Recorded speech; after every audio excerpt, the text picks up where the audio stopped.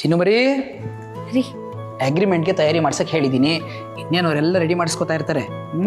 ಹೌದಾ? ಆದ್ರೆ ಜಮೀನ್ ಓನರ್ ಕಡೆಯಿಂದ ಏನು ಹೇಳೇ ಇಲ್ವಲ್ಲ. ಅಗ್ರಿಮೆಂಟ್ ಆಗಬೇಕು ಅಂದ್ರೆ ಅವ್ರ ತಂಗಿ ಸಿಗ್ನೇಚರ್ ಆಗಬೇಕು ಅಂತ ಹೇಳ್ತಿದ್ರಿ. ಹೌದು, ಆದರೆ ಇಷ್ಟೆಲ್ಲ ಮಾಡಿಸಿದವರು ಅದನ್ನ ಮಾಡಿಸಲ್ಲ ಅಂತೀರಾ? ನೋಡೋಣ. ಆದರೆ ಅವ್ರು ಒಂದು ಮಾತು ಹೇಳಿದ್ರು ನನಗೆ, ನನಗೂ ನನ್ನ ತಂಗಿಗೂ ಈಗ ಸಂಬಂಧನೇ ಇಲ್ಲ ಅಂತ. ಅವ್ರ ಮಧ್ಯೆ ಏನಾಗಿದೆಯೋ ಏನೋ ಅಲ್ವಾ? ಚಿನ್ನುಮರಿ, ನೀವು ಒಂದ್ಸಲಿ ಅವ್ರನ್ನ ಮೀಟ್ ಮಾಡಬೇಕು, ಅವ್ರನ್ನ, ಅವ್ರ ಫ್ಯಾಮಿಲಿಯವ್ರನ್ನೆಲ್ಲ. ಅಪ್ಪಪ್ಪ, ಏನು ಅತಿಥಿ ಸತ್ಕಾರ! ಸೇಮ್ ನಿಮ್ಮ ತಂದೆ ತಾಯಿ ನೋಡ್ದಂಗೆ ಆಯಿತು ನನಗೆ. ನಾನು ಮೊದಲನೇ ಸರ್ತಿ ಅವ್ರ ಮನೆಗೆ ಹೋಗಿದ್ದೀನಿ, ಇನ್ನೊಬ್ಬರ ಮನೇಲಿ ಇದ್ದೀನಿ ಅಂತ ನಂಗೆ ಅನ್ನಿಸ್ತಾನೆ ಇಲ್ಲ. ನಮ್ಮ ಮನೇಲೇ ಇದ್ದೀನಿ ಅಂತ ಅನ್ನಿಸ್ತಾ ಇತ್ತು. ನೋಡಿದ್ರಾ, ಒಳ್ಳೆಯವ್ರಿಗೆ ಒಳ್ಳೆಯವರೇ ಸಿಗ್ತಾರೆ. ಈಗಿನ ಕಾಲದಲ್ಲಂತೂ ಒಳ್ಳೆಯವ್ರು ಎಲ್ಲಿದ್ದಾರೆ ಅಂತ ಟಾರ್ಚ್ ಹಿಡ್ಕೊಂಡು ಹುಡುಕ್ಬೇಕು. ಇಂಥವ್ರಿಂದಾನೆ ಮಳೆ ಬೆಳೆ ಎಲ್ಲ ಚೆನ್ನಾಗಾಗ್ತಿರೋದು. ನೀವು ಇಷ್ಟೊಂದು ಹೇಳ್ತಿರೋದು ಕೇಳ್ತಿದ್ರೆ ನನಗೂ ಅವ್ರನ್ನ ನೋಡಬೇಕು ಅನ್ನಿಸ್ತಿದೆ. ಯಾವಾಗ ಕರ್ಕೊಂಡು ಹೋಗ್ತೀರಾ? ಇನ್ನೇನು ರಿಜಿಸ್ಟ್ರೇಷನ್ ಮಾಡ್ಕೊಳ್ಳೋಕ್ಕೆ, ಡಾಕ್ಯುಮೆಂಟ್ ಸೈನ್ ಮಾಡೋಕ್ಕೆಲ್ಲ ಓಡಾಡಬೇಕಲ್ವಾ? ಆಗೊಂದ್ಸಲಿ ಹೋಗಿ ಬರೋಣ. ಆಮೇಲೆ ಚಿನ್ನುಮರಿ, ಇನ್ನೊಂದು ವಿಷಯ, ಅಲ್ಲಿಗೆ ಹೋದರೆ ನಿಮ್ಗೊಂದು ಸರ್ಪ್ರೈಸ್ ಕಾದು. ಏನು ಸರ್ಪ್ರೈಸು? ಅದೇ ಅವತ್ತು ನಮ್ಮ ಮನೆಗೆ ಒಬ್ರು ಗೆಸ್ಟ್ ಬಂದಿದ್ರು, ನೀವು ನೋಡೋಕ್ಕಾಗಲಿಲ್ವಲ್ಲ, ಆ ವ್ಯಕ್ತಿ ನಿಮಗೆ ನೋಡೋಕ್ಕೆ ಅಲ್ಲಿ ಸಿಗ್ತಾರೆ. ಅದ್ಯಾರು ಅಂತ ಹೇಳ್ರಿ. ನೋವೇ, ಅಲ್ಲಿ ಹೋದಾಗಲೇ ನೀವು ಅವ್ರನ್ನ ನೋಡಬೇಕು, ಅದೇ ಸರ್ಪ್ರೈಸು. ಆಯ್ತು, ಹೇಳ್ಬೇಡಿ. ಅಲ್ಲಿ ಹೋದಾಗ್ಲೇ ಅದ್ಯಾರಪ್ಪ ಸರ್ಪ್ರೈಸ್ ವ್ಯಕ್ತಿ ಅಂತ ನಾನೇ ನೋಡ್ತೀನಿ. ಅಬ್ಬಬ್ಬಬ್ಬ, ಮೂಗಿನ ತುತ್ತಿಲೇ ಕೋಪ ಬಂದೇ ಬಿಡ್ತು ನೋಡಿ. ಆದರೆ ನಿಮ್ಮ ಸುಂದರವಾದ ಮುಖಕ್ಕೆ ಈ ಕೋಪ ಎಲ್ಲ ಸೂಟೇ ಆಗಲ್ಲ. ದೇವ್ರನ್ನ ಸೃಷ್ಟಿ ಮಾಡೋವಾಗ ಸ್ವಲ್ಪ ಖುಷಿಯಾಗಿ ಸೃಷ್ಟಿ ಮಾಡಿಬಿಟ್ಟಿದ್ದಾನೆ.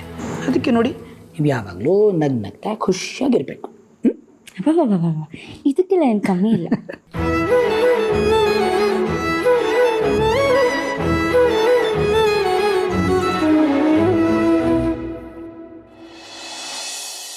ಏನ್ ಗೌಡ್ರೆ, ಇವತ್ತು ನಮ್ಮನೆ ಕಡೆ ಬಂದ್ಬಿಟ್ಟಿದ್ದೀರಾ?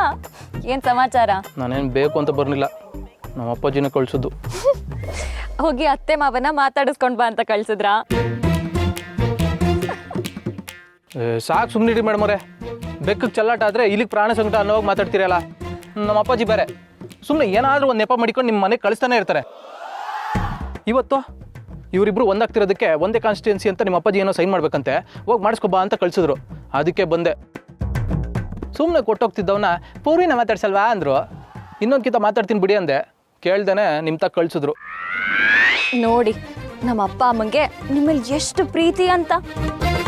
ಸಾಕು ಸುಮ್ಮನಿರಿ ಮೇಡಮವ್ರೆ, ಹಂಗೆ ಅದು ಯಾವುದು ಬೇಕಾಗಿಲ್ಲ.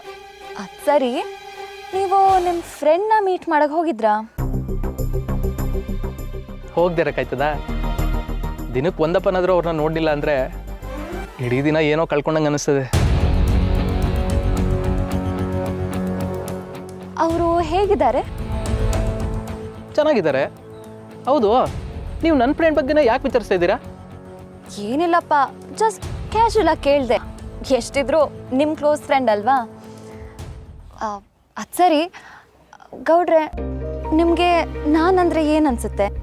ನಾನು ಹೇಗಿದ್ದೀನಿ? ನಿಮ್ಗೇನು ಮೇಡಮವ್ರೆ, ನೋಡೋದಕ್ಕೆ ಗೊಂಬೆ ಥರ ಇದ್ದೀರಾ. ನೀವು ಸುಳ್ಳು ಹೇಳ್ತಿಲ್ಲ ತಾನೇ? ಮೇಡಮವ್ರೆ, ನಂಗೆ ಸುಳ್ಳುಗಳೆಲ್ಲ ಹೇಳಕ್ಕೆ ಬರೋದಿಲ್ಲ. ನೇರವಾಗಿರೋ ಮನುಷ್ಯ ನಾನು. ಚೆನ್ನಾಗಿದ್ದೀರಾ ಅಂದರೆ ಚೆನ್ನಾಗಿದ್ದೀರಾ ಅಂತ ಹೇಳ್ತೀನಿ, ಚೆನ್ನಾಗಿಲ್ಲ ಅಂದರೆ ಮಕ್ಕ ಕೊಡ್ದಂಗೆ ಚೆನ್ನಾಗಿಲ್ಲ ಅಂತ ಹೇಳ್ಬಿಡ್ತೀನಿ. ಓಕೆ, ನಿಮ್ಮ ಲೈಫಲ್ಲಿ ಬೆಸ್ಟ್ ಹುಡುಗಿ ಅಂದರೆ ನಾನೇನಾ? ಬೆಸ್ಟಾ? ಇಲ್ಲ ಇಲ್ಲ, ಬೆಸ್ಟಲ್ಲಿ ನೀವು ಒಬ್ಬರು ಅಂತ ಹೇಳ್ಬೋದು ಅಷ್ಟೇ. ಹಾಗಾದರೆ ಇವ್ರ ಲೈಫಲ್ಲಿ ಬೆಸ್ಟು ಅಂತ ಹೇಳಿದ್ರೆ ಅವಳೇ ಇರ್ಬೋದಾ? ಹೌದು, ನೀವು ಯಾಕೆ ಹಿಂಗೆಲ್ಲ ಕೇಳ್ತಾ ಇದ್ದೀರಾ? ಕೇಳಬೇಕು ಅನ್ನಿಸ್ತು, ಕೇಳಿದೆ ಅಷ್ಟೇ. ಸರಿ ಮೇಡಮ್ರೆ, ನಾನು ಇನ್ನು ಬರ್ತೀನಿ. ನಿಮ್ಮ ಹತ್ರ ಇಷ್ಟೊತ್ತು ಮಾತಾಡಿದೆ ಅಂತ ನಿಮ್ಮ ಅಪ್ಪ ಅಮ್ಮ ಗೊತ್ತಾಗ್ಬಿಟ್ರೆ ಅವ್ರು ತುಂಬ ತಪ್ಪು ತಿಳ್ಕೊಂಬಿಡ್ತಾರೆ. ಅದಾಗೋದು ಬೇಡ. ನಿಮ್ಮ ಅಪ್ಪನ ತಾವ ಫೈಲ್ ಇಸ್ಕೊಂಡು ನಾನು ಹಂಗೆ ಹೊರಡ್ತೀನಿ. ಬಾಯ್.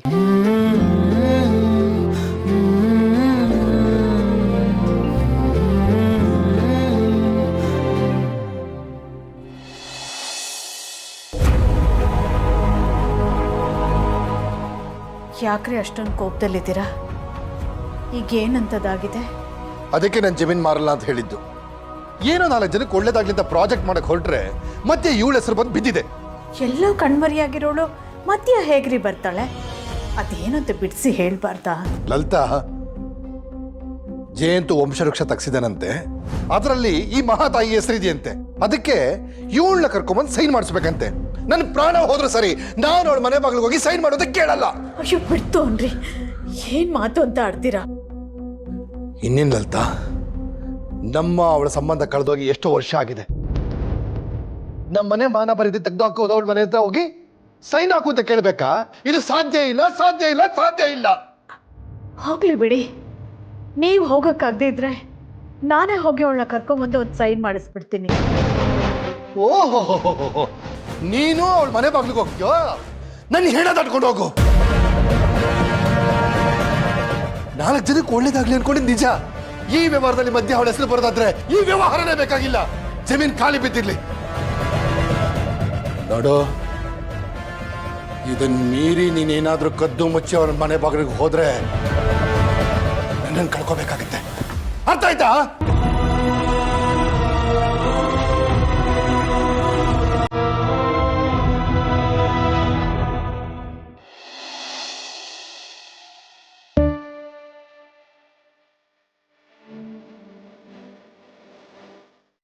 ಲಕ್ಷ್ಮಿ, ಈಗ ಹೇಗಿದೆಯಾ? ಸುಸ್ತು ಸ್ವಲ್ಪ ಕಮ್ಮಿ ಆಯ್ತಾ?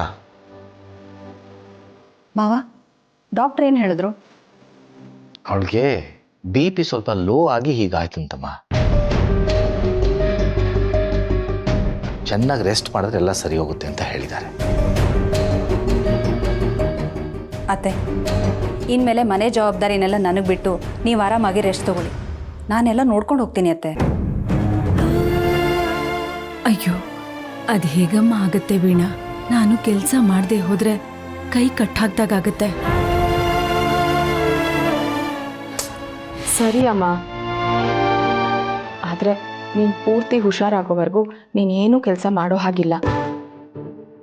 ಮನೆ ಕೆಲಸ ಏನೇ ಇದ್ದು ನಾನು ಅದಕ್ಕೆ ನೋಡ್ಕೋತೀವಿ. ನೀನು BP ಲೋ ಆಗಿರೋದು ಕೇಳಿದ ತಕ್ಷಣ ನನಗೆ ತುಂಬ ಭಯ ಆಗ್ತಿದೆ ಅಮ್ಮ. ಈ ರೀತಿ ಆಗೋದಕ್ಕೆ ನೀನು ಏನಮ್ಮ ಯೋಚನೆ ಮಾಡ್ತಿದ್ದೆ? ನಿನ್ ಬಗ್ಗೆನೇ ಭಾವನಾ.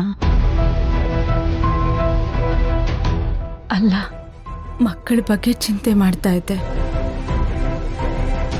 ಕೆಲವೊಂದು ಸಾರಿ ಇನ್ನೊಬ್ಬರಿಗೆ ತೊಂದರೆ ಆಗಬಾರ್ದು ಅಂತ ಸುಳ್ಳು ಹೇಳ್ತಾರೆ. ಆದರೆ ಹೆತ್ತು ಮಕ್ಕಳು ಅಪ್ಪ ಅಮ್ಮನ ಹತ್ರ ಹೇಳೋಕ್ಕಾಗದೆ ಇರೋ ತಪ್ಪು ಮಾಡಿದ್ರೆ ಹೇಗೆ ಯೋಚನೆ ಮಾಡದೆ ಇರೋಕ್ಕಾಗತ್ತೆ ಹೇಳು? ಅಮ್ಮ, ಏನಮ್ಮ ಮಾತಾಡ್ತಿದ್ಯಾ? ಯಾರಂತ ತಪ್ಪು ಮಾಡಿದ್ರು? ನೀನೇ ಭಾವನಾ. ಕೊರಳಲ್ಲಿ ತಾಳಿ ಕಟ್ಟಿಸ್ಕೊಂಡು ಅದನ್ನ ನನ್ನ ಹತ್ರ ಹೇಳ್ದೆ ಮುಚ್ಚಿಟ್ಟಿದ್ಯಲ್ಲ. ಈ ವಿಷಯ ನಿಮ್ಮ ಅಪ್ಪನ್ಗೆ ಹೇಳೋಣ ಅಂದ್ರೆ ಅವ್ರಿಗೆಲ್ಲ ಅನಾಹುತ ಆಗುತ್ತೋ ಅಂತ ಭಯ ಆಗ್ತಿದೆ. ನೋಡಿದ್ರಾ ಮತ್ತೆ ಏನೋ ಯೋಚನೆ ಮಾಡೋಕೆ ಶುರು ಮಾಡಿದ್ರಿ ಅತ್ತೆ. ನಾವೆಲ್ಲರೂ ಇರೋವಾಗಲೇ ಇಷ್ಟು ಯೋಚನೆ ಮಾಡ್ತೀರಾ ಅಂದರೆ ನಾವು ಯಾರೂ ಇಲ್ಲದೆ ಇರೋವಾಗ ಇನ್ನು ಎಷ್ಟು ಯೋಚನೆ ಮಾಡ್ತೀರಾ ನೀವು? ಅತ್ತೆ, ನೀವು ಒಳಗೆ ಹೋಗಿ ಸ್ವಲ್ಪ ರೆಸ್ಟ್ ಮಾಡಿ. ನಾನು ಜ್ಯೂಸ್ ತೊಗೊಂಬರ್ತೀನಿ. ಮಾವ, ಅತ್ತೆ ನಾನು ಸ್ವಲ್ಪ ರೂಮಿಗೆ ಕರ್ಕೊಂಡು ಹೋಗಿ. ಆಯ್ತು.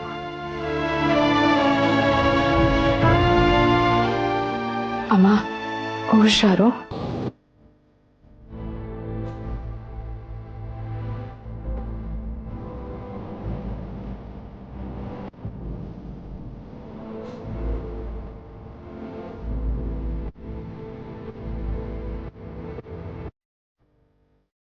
ಲಕ್ಷ್ಮಿ, ಏನದು ಮಕ್ಕಳು ತಪ್ಪು ಮಾಡ್ತಾರೆ, ಹೇಳ್ಕೊಳಕ್ಕಾಗ್ತದೆ, ಸುಳ್ಳು ಹೇಳ್ತಾರೆ ಅಂತ ಏನೋ ಒಗಟೊಗಟಾಗಿ ಭಾವನ ಜೊತೆ ಮಾತಾಡ್ತಿದ್ದಲ್ಲ, ಏನು?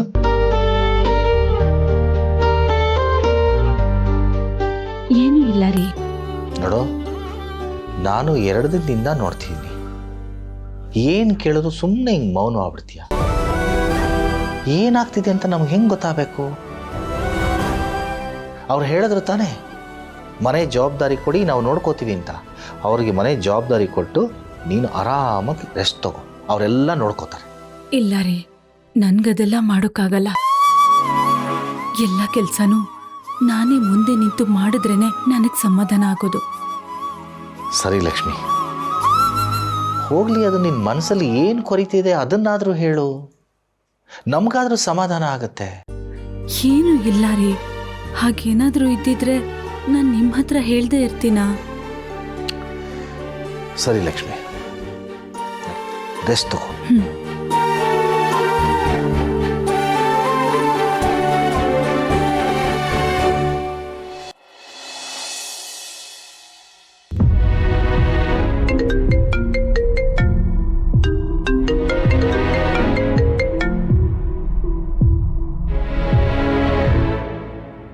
ಹಲೋ, ಹೇಳಿ. ಜಯಂತ್ ಅವರೇ, ಅವರಿಂದ ಏನಾದರೂ ವಿಷಯ ಗೊತ್ತಾಯ್ತಾ? ಇಲ್ಲ, ಇನ್ನೂರು ಫೋನ್ ಕಾಲ್ಗೆ ವೆಯ್ಟ್ ಮಾಡ್ತಾನೆ ಇದ್ದೀನಿ. ನೋಡಿ, ಎಲ್ಲ ರೆಡಿ ಆಗಿರುವಾಗ ಒಂದು ಸೈನ್ಗೋಸ್ಕರ ಲೇಟ್ ಆಗೋದು ಬೇಡ. ಅವರು ಫೋನ್ ಮಾಡಲಿ ಅಂತ ನೀವು ವೆಯ್ಟ್ ಮಾಡಬೇಡಿ. ನೀವೇ ಒಂದ್ಸಲಿ ಫೋನ್ ಮಾಡಿಬಿಟ್ಟು ಏನಾಯ್ತು ಅಂತ ತಿಳ್ಕೊಳ್ಳಿ. ಫೈನ್, ನಾನು ಫೋನ್ ಮಾಡಿ ನಿಮ್ಗೆ ಅಪ್ಡೇಟ್ ಮಾಡ್ತೀನಿ. ಓಕೆ.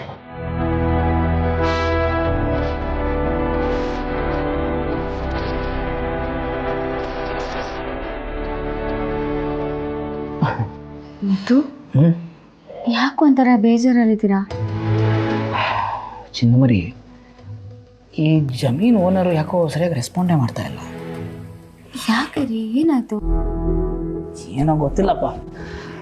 ಫ್ಯಾಮಿಲಿ ಟ್ರೀನಲ್ಲಿ ಅವ್ರಿಗೆ ತಂಗಿ ಇದ್ದಾರೆ ಅಂತ ನಮಗೆ ವಿಷಯ ಗೊತ್ತಾಯ್ತಲ್ಲ, ನಾನು ಆಕೆ ಬಂದು ಸೈನ್ ಮಾಡಲೇಬೇಕು ಅಂತ ಒತ್ತಾಯ ಬೇರೆ ಮಾಡಿದೆ. ಅದು ಯಾಕೋ ಅದಾದಮೇಲೆ ಸರಿಯಾಗಿ ರೆಸ್ಪಾಂಡ್ ಮಾಡ್ತಿಲ್ಲ. ನಾನು ಹೇಳಿದ್ದಕ್ಕೆಲ್ಲ ಹ್ಞೂ ಹ್ಞೂ ಅಂದ್ಬಿಟ್ರು, ಫೋನ್ ಇಟ್ಬಿಟ್ರು ಅಷ್ಟೇ. ಅಂದರೆ ಅವ್ರ ಫ್ಯಾಮಿಲಿ ಏನೋ ಇಶ್ಯೂಸ್ ಇದೆ ಅನ್ಸುತ್ತೆ. ಸರಿ ಆದಮೇಲೆ ಅವರೇ ಮತ್ತೆ ಕಾಲ್ ಮಾಡ್ತಾರೆ ಬಿಡಿ, ಆಗೋ ಟೈಮ್ಗೆಲ್ಲ ಆಗುತ್ತೆ. ನೋಡೋಣ. ಯಾಕೆ ನೀವು ಇಷ್ಟೊಂದು ಬೇಜಾರು ಮಾಡ್ಕೊತಿದ್ದೀರಾ? ಚಿನ್ನಮರಿ, ನಿಮ್ಮ ಹೆಸರಲ್ಲಿ ಮಾಡ್ತಿರೋ ಮೊದಲನೇ ದೊಡ್ಡ ಪ್ರಾಜೆಕ್ಟ್ ಇದು. ಎಲ್ಲ ಸರಿಯಾಗಿ ಆಗಬೇಕು, ಏನು ಇಶ್ಯೂಸ್ ಆಗಬಾರ್ದು ಅಂತ ಎಲ್ಲ ಡಬಲ್ ಚೆಕ್ ಮಾಡಿ ಮುಂದುವರಿತಾ ಇದ್ದೀನಿ. ಆದರೂ ಹೀಗೆ ಆಗ್ತಿದೆಯಲ್ಲ ಅಂತ. ಏನು ಯೋಚನೆ ಮಾಡಬೇಡಿ, ಎಲ್ಲ ಆಗುತ್ತೆ. ನೋಡಿ, ನೀವು ಟೆನ್ಷನಲ್ಲಿ ಏನೂ ಸರಿಯಾಗಿ ಹಾಕೊಂಡೇ ಇಲ್ಲ.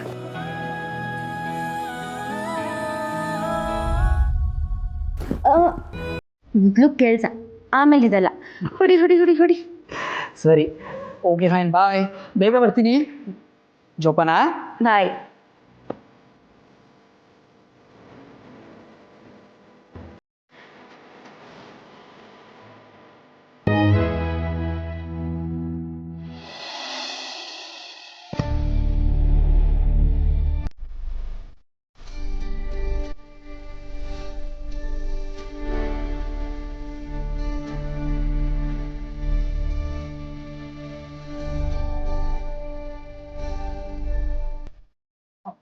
ಮಾವ, ಅವ್ರಿಗೆ ಫೋನ್ ಮಾಡಿದ್ರಾ?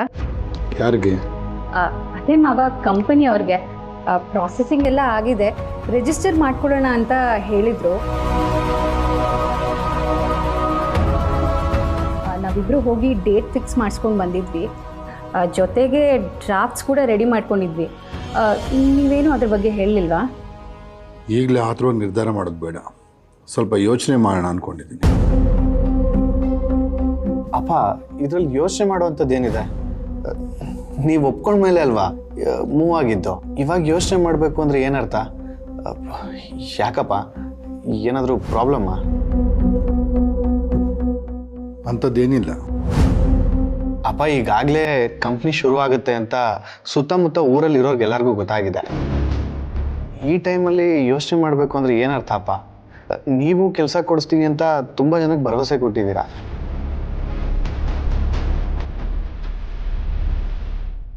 ಈ ಟೈಮಲ್ಲಿ ಈ ಥರ ಮಾತಾಡಿದ್ರೆ ಅವ್ರು ನಿಮ್ಮ ಬಗ್ಗೆ ಏನು ಅಂದ್ಕೊಳ್ಳಲ್ಲ. ಸುತ್ತಮುತ್ತ ಇರೋ ಊರ ಜನರೆಲ್ಲರೂ ನಿಮಗೆ ಮರ್ಯಾದೆ ಹೇಗೆ ಕೊಡ್ತಾರೆ ಅಂತ ನಂಗೆ ತುಂಬ ಚೆನ್ನಾಗಿ ಗೊತ್ತಿದೆ. ಆಗಲ್ಲ ವಿಶ್ವ, ಅದು ನಾನು ಸ್ವಲ್ಪ ತಹಸೀಲ್ದಾರ್ನ ಭೇಟಿ ಮಾಡಿ ಅದು ಎಲ್ಲೋ ಝೋನಾ ಗ್ರೀನ್ ಝೋನಾ ಚೆಕ್ ಮಾಡಬೇಕು. ನಾಳೆ ದಿನ ಜಾಗ ತಗೊಂಡವ್ರಿಗೆ ತೊಂದರೆ ಆಗಬಾರ್ದು ಅಲ್ವಾ, ಅದಕ್ಕೆ. ಅಪ್ಪ, ನಮ್ಮ ಜಾಗ ಹೈವೇ ಪಕ್ಕದಲ್ಲೇ ಇರೋದು, ಅಂದರೆ ಅದು ಎಲ್ಲೋ ಝೋನ್ಗೆ ಬರೋದು. ಅದನ್ನ ಅವ್ರ ಹತ್ರ ಕೇಳೋದೇನಿದೆ?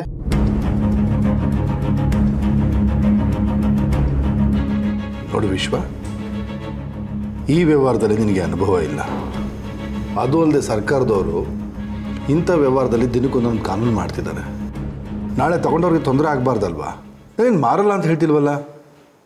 ಸ್ವಲ್ಪ ನಿಧಾನವಾಗಿ ಯೋಚನೆ ಮಾಡಿ ನಿರ್ಧಾರ ಮಾಡೋಣ ಅಂತ ಹೇಳ್ತಾ ಇದ್ದೀನಿ ಅಲ್ವಲ್ಲ ಲಲಿತಾ? ವಿಶ್ವ, ನಿಮ್ಮ ಅಪ್ಪ ಹೇಳಿದ್ರಲ್ಲ ಅರ್ಥ ಇದೆ. ಅದನ್ನ ಅರ್ಥ ಮಾಡ್ಕೊಳ್ದೆ ಮೇಲೆ ಮೇಲೆ ಪ್ರಶ್ನೆ ಮಾಡ್ತಿದ್ಯಲ್ಲ. ಆದರೂ ಮಾವ ತನು ನಿನಗೆ ಸಪ್ರೇಟಾಗಿ ಹೇಳಬೇಕಾ? ಸುಮ್ಮನೆ ತಿಂಡಿ ತಿನ್ನು.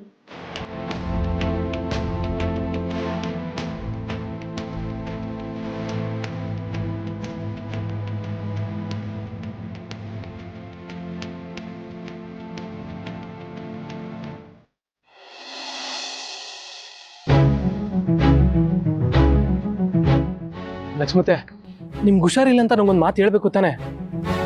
ಅಕ್ಕ ಫೋನ್ ಮಾಡಿ ನೀವು ಆಸ್ಪತ್ರೆಗೆ ಹೋಗಿದ್ದೀರಾ ಅಂತ ಹೇಳಿದ್ಲು. ನನಗೆ ಹೇಳಿದ್ರೆ ನಾನೇ ಕರ್ಕೊಂಡು ಹೋಗ್ತೀನಲ್ವೇ? ನಾನು ಇಷ್ಟು ಬೇಗ ನಿಮಗೆ ಬೇಡವಾಗ್ಬಿಟ್ನೆ? ಹಾಗೆಲ್ಲ ಏನೂ ಇಲ್ಲಪ್ಪ, ನನ್ಗೇನು ಆಗಿಲ್ಲ. ಅವತ್ತು ರಾತ್ರಿ ತಲೆ ಸುತ್ತ ಬಂದಿದ್ದಕ್ಕೆ ಎಲ್ಲರೂ ಗಾಬರಿ ಆದರು. ನಾನು ಆಸ್ಪತ್ರೆಗೆ ಬರಲ್ಲ ಅಂದ್ರು ಕರ್ಕೊಂಡು ಹೋಗಿ ತೋರಿಸ್ಕೊಂಬಂದ್ರು ಅಷ್ಟೇ. ಲಕ್ಷ್ಮತೆ, ನೀವೇನೋ ಚಿಂತೆ ಮಾಡ್ತಿರೋದಕ್ಕೆ ಹಿಂಗೆಲ್ಲ ಆಯ್ತಾ ಇರೋದು. ಅದೇನು ಚಿಂತೆ ಮಾಡ್ತಿದ್ದೀರಾ? ನಿನಗೆ ಗೊತ್ತಿಲ್ಲದೆ ಇರೋದು ಏನಿದೆ ಸಿದ್ದು? ನನಗೆ ಭಾವನಂದೇ ಚಿಂತೆ. ಅವಳ ಸಮಸ್ಯೆ ಬಗೆಹರಿದ್ರೆ ನಾನು ಮೊದಲಿನ ಥರ ಇರ್ತೀನಿ. ಆದರೆ ಅದಾಗ್ತಿಲ್ವಲ್ಲ, ಅದೇ ಚಿಂತೆ. ಸಿದ್ದು, ನೀನು ಅವಳ ಹತ್ರ ಮಾತಾಡಿದ್ಯಾ? ತಪ್ಪು ತಿಳ್ಕೊಬಿಡಿ ಲಕ್ಷ್ಮತೆ. ಇಂಥ ವಿಷಯನ ನಾನು ಮಾತಾಡೋದಕ್ಕಿಂತ ನೀವೇ ಅವ್ರ ಹತ್ರ ಮಾತಾಡಿದ್ರೆ ಚೆನ್ನಾಗಿರ್ತೈತೆ ಅನ್ನಿಸ್ತೈತೆ. ಗಟ್ಟಿ ಮನ್ಸು ಮಾಡಿ ನೀವೇ ಕೇಳ್ಬಿಡಿ ಲಕ್ಷ್ಮತೆ. ಮಗಳಾಗಿ ಅವಳೇ ನನ್ನ ಹತ್ರ ಏನು ಹೇಳ್ಕೊಳ್ಳಿಲ್ಲ ಅಂದಮೇಲೆ ನಾನಾಗಿ ಹೋಗಿ ಕೇಳಿದ್ರೆ ಏನು ಹೇಳ್ತಾಳೆ ಸಿದ್ದು? ತಾಯಿಯಾಗಿ ಕೇಳೋದು ಕಷ್ಟ, ಆದ್ರೆ ನೀನು ಅವಳ ಸ್ನೇಹಿತನಾಗಿ ಕೇಳ್ಬೋದಲ್ವಾ? ಯಾರ ಹತ್ರ ಮುಚ್ಚಿಟ್ರು ಸ್ನೇಹಿತರ ಹತ್ರ ವಿಷಯ ಮುಚ್ಚಿಡೋದಿಲ್ಲ. ಅದಕ್ಕೆ ನಿನ್ನ ಹತ್ರ ಹೇಳ್ತಾ ಇದ್ದೀನಿ. ಭಾವನಂಗೆ ಗೊತ್ತಿಲ್ಲದೆ ತಾಳಿ ಕಟ್ಟಿದ್ಯಾರು, ಇದೆಲ್ಲ ಹೇಗಾಯ್ತು ಅಂತ ಗೊತ್ತಾದ್ರೆ ಸಾಕಪ್ಪ. ಎಲ್ಲ ತಪ್ಪು ನನ್ನಿಂದಾನೇ ಆಗಿದ್ಮ್ಯಾಕೆ ನಾನು ಹೋಗಿ ಹೆಂಗ್ ಕೇಳಲಿ? ನಿಮ್ಗೆ ಅವ್ರ ಕುತ್ತಿಗೆಯಲ್ಲಿ ತಾಳಿ ಅದೇ ಅನ್ನೋದು ಹೇಗೆ ಗೊತ್ತಿದ್ಯೋ ಅವ್ರಿಗೂ ಅಷ್ಟೇ ಗೊತ್ತಿರೋದು. ಇವತ್ತು ನಿಮ್ಮಿಬ್ಬರು ನೋವಿಗೆ ನಾನೇ ಕಾರಣ ಆಗಿದ್ದೀನಿ. ನೀವಿದ್ರೆ ಇಷ್ಟೊಂದು ಮನಸ್ಸು ಕಚ್ಕೊಂಡು ನೋವು ಪಡ್ತಿರೋದನ್ನ ನನ್ನಿಂದ ನೋಡಕ್ ಆಗ್ತಿಲ್ಲ ಲಕ್ಷ್ಮತೆ. ಸಿದ್ದು, ಏನಪ್ಪ ಯೋಚನೆ ಮಾಡ್ತಿದ್ಯಾ? ಏನಿಲ್ಲ ಲಕ್ಷ್ಮತೆ. ಈಗ ಭಾವನಾ ಮೇಡಮ್ ಅವರು ಎಲ್ಲಿದ್ದಾರೆ? ಅವಳ ರೂಮಲ್ಲೇ ಇದ್ದಾಳಪ್ಪ. ಕೆಲ್ಸಕ್ಕೆ ಹೋಗ್ತೀನಿ ಅಂತ ಹೋಗ್ತಾಳೆ, ಆದ್ರೆ ದೇವಸ್ಥಾನಕ್ಕೆ ಹೋಗಿ ಮನೆಗೆ ಬಂದ್ಬಿಡ್ತಾಳೆ. ಯಾಕೆ ಕೆಲ್ಸಕ್ಕೆ ಹೋಗಿಲ್ಲ ಅಂದ್ರೆ ಯಾಕೋ ಮನ್ಸಾಗ್ತಿಲ್ಲ ಅಂತ ಸುಮ್ಮನಾಗ್ಬಿಡ್ತಾಳೆ. ದಿನ ಹೀಗೆ ಆಗ್ತಿದ್ಯಪ್ಪ. ನೀವೇನು ಚಿಂತೆ ಮಾಡ್ಬಿಡಿ ಲಕ್ಷ್ಮತೆ, ನಾನು ಹೋಗಿ ಮಾತಾಡ್ಸ್ಕೊಂಡು ಬಂದ್ಬಿಡ್ತೀನಿ.